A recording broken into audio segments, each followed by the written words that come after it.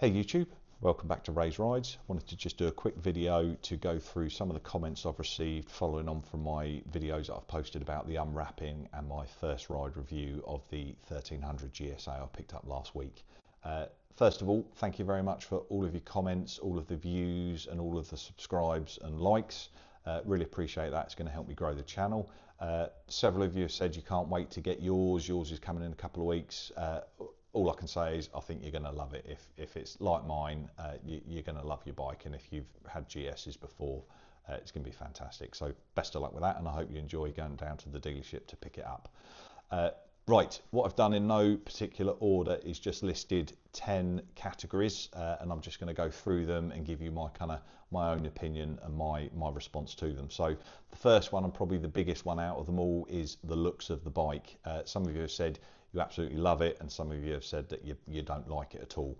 What I would say is if you haven't seen the bikes in the flesh, do go and have a look at them, because they are completely different. And I know that when I was watching the online reveal in Garmisch in Germany of the 1300 GSA, 3-4 months ago, whenever it was, they pulled the cover off, and I thought, I was probably a bit like yours, like, what have you done, BMW? But what I will say is just go and have a look at it, and if you still don't like it, then obviously go off and find a different adventure bike. The BMW 1300 GSA isn't the bike for you if you don't like the looks. Second one is the price. Yes, I agree, it is a lot of money, but it is a premium adventure bike. You're buying a BMW at the end of the day, and you're buying the brand and the heritage as well behind that. So all that comes with a price. However, last night I did go online onto the manufacturers' websites and get the RRPs of the bikes. So it's important to note it's the RRP, not what you can go and buy them for in the shops, because if you look at a KTM, for example, the RRP of that is 18,199 for a Super Adventure R. I know you can get them for a lot less, but BMW aren't going to discount those GSAs at the minute because they've literally just come out. So the RRPs are what I'm kind of quoting here. So the base model of the GSA 1300, it comes in at 18,780. The Ducati Multistrada, so that's our benchmark, the Ducati Multistrada V4 Rally, because that is the direct equivalent of a GSA, I would say. That's actually a whopping £24,195. We then move on to the KTM Super Adventure R. That has got an RRP of £18,199. The Honda Africa Twin Adventure Sports, you're looking at £16,349. Finally, you've got the Suzuki V-Strom 1050 DE at £15,499. Now, those are the bikes that I can think are the nearest comparison to a GSA, and apologies if I missed any, but they're the ones that I can think of. So really, the Ducati's up there at the highest, then you've got your BMW, then you've got your KTM, then you've got the Honda Africa Twin, and then you've got the V-Strom down there. Somebody's asked, did I keep the Pallet? Kind of would have been quite nice to, but then you get it home and you realise what you're going to do with it. I think if the Pallet was wrapped like the older GSs used to be, and it came in like a wooden pallet, I could have taken the side off if it was etched with BMW and maybe used it as a backdrop here or something like that for the channel. But yeah, I've got they wouldn't let me keep it anyway, and there's no way you could get that home, and I don't know what you do with it. So no, I didn't get to keep the Pallet, unfortunately. Someone mentioned luggage, so yes, I will be buying that probably next year, because I'm not going to do any touring at the moment, so I've got no need for luggage. It gives me a little bit of time to save up for them. I will be buying the BMW OEM panniers that do fit straight onto the pannier frames of the GSA, and I'll probably get them in the black, just in keeping with the triple black colour of the bike there. ASA or manual, so I've not ridden an ASA GS or GSA, so I can't comment on them. It would be something that I'd like to do at some point. However, I'd probably always myself personally just prefer a manual, just because you've got that extra control. But I have heard good things about the ASA, which is the automated shift assist, and it's just as good as a bike with a clutch. But for me, I'll stick with the manual version. Somebody's mentioned about additional cameras for capturing different footage. Again, when finances dictate, I'll probably end up buying myself one of the Insta 360 X4 cameras to go along with the GoPro, and then I think I'll have the best of everything and hopefully get some good videos to post on the channel a little bit later on.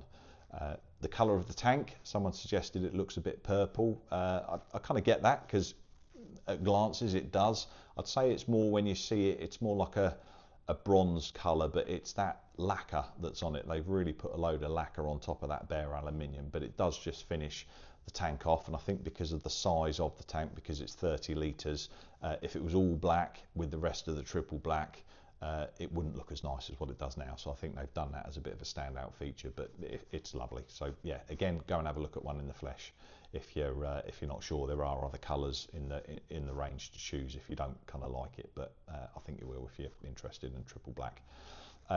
Someone brought up the fact it's got a plastic gear lever. I might have read something about the 1300GS having that, but I might be wrong. But what I can say is I've been out there. I'll stick a picture in the video now. It's 100%, it's made of either aluminium or steel. There's no way it's plastic. There is a small nylon washer or bush behind it just to separate the lever from the gear linkage. I'm not sure if you were referring to that or not, but that's just a little nylon washer that may or may not wear out in years to come, but that simple case of replacing it. But definitely the gear lever is not plastic, it's metal of some sort. I think it's probably aluminium, and it's exactly the same as what the stand is, and there's no way they're going to make a stand out of plastic. So yeah, no issues on that side of things. The weight of the bike, so in my previous videos I think I was actually saying it's 264 or 267. Sorry about that, turns out it's 269, but what's a couple of kilograms when you're talking about 269 kilograms of bike? You know, it's a big mass no matter what you look at it. I think the point I was trying to get across is the reason it's so heavy, that is the wet weight, and the fuel tank takes 30 litres. So if you take all that out, it probably becomes more 250-ish, which, yes, it is still on the heavy side, but to be fair, you know, if you look at the specs of the bikes, they're all there or thereabouts the same weight. But yeah, definitely having that bigger tank will add more weight because you're putting more fuel in onto the bike. And then finally, someone was saying about the reliability of it, or quite a few comments about the reliability. So I know when the GS's first came out, there was an issue with the starter relay, and there was some issue with the TFT screen all going red or something along those lines. So I'm hoping BMW have sorted that out now. They've had over a year now to do that. So hopefully the GSAs won't have any of those kind of quirks in them. But again, my response to it is you've got a 3-year warranty. I've always had really good experience, especially with Wollaston BMW on the warranties. You take the bike in, they'll replace it, no questions asked at all. But I do think BMW are quite good with the warranties. So I can't comment on the reliability of the bike because I've only done 50-60 miles and spent an hour on it. But I've got the peace of mind of that warranty. But I'm not concerned in any way at all for that. And that was it. That was my top 10. I suppose if you ask me, is there anything I don't like on it? Again, it's too early to tell. The only criticism I would have is there's no, or the switchgear isn't backlit. So it would have been nice just to have that so you can see, especially when you're riding in the dark, you can actually see the buttons, because there's quite a lot of buttons on there now, and you have to go into that hamburger button, I think people are kind of calling it, to then get through to get to your quick sets and things like that. So having them backlit for night riding would be, would be beneficial.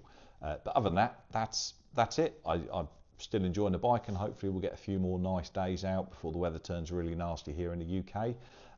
And that's it. So if you've got any questions or anything specific you want on the bike, just send me an email at twa@raiserides.co.uk and I'll do my best to answer them for you. So that's it for this video. I hope you liked it. If you did, give us a thumbs up and subscribe to the channel, and I'll look forward to seeing you in the next video. Bye for now.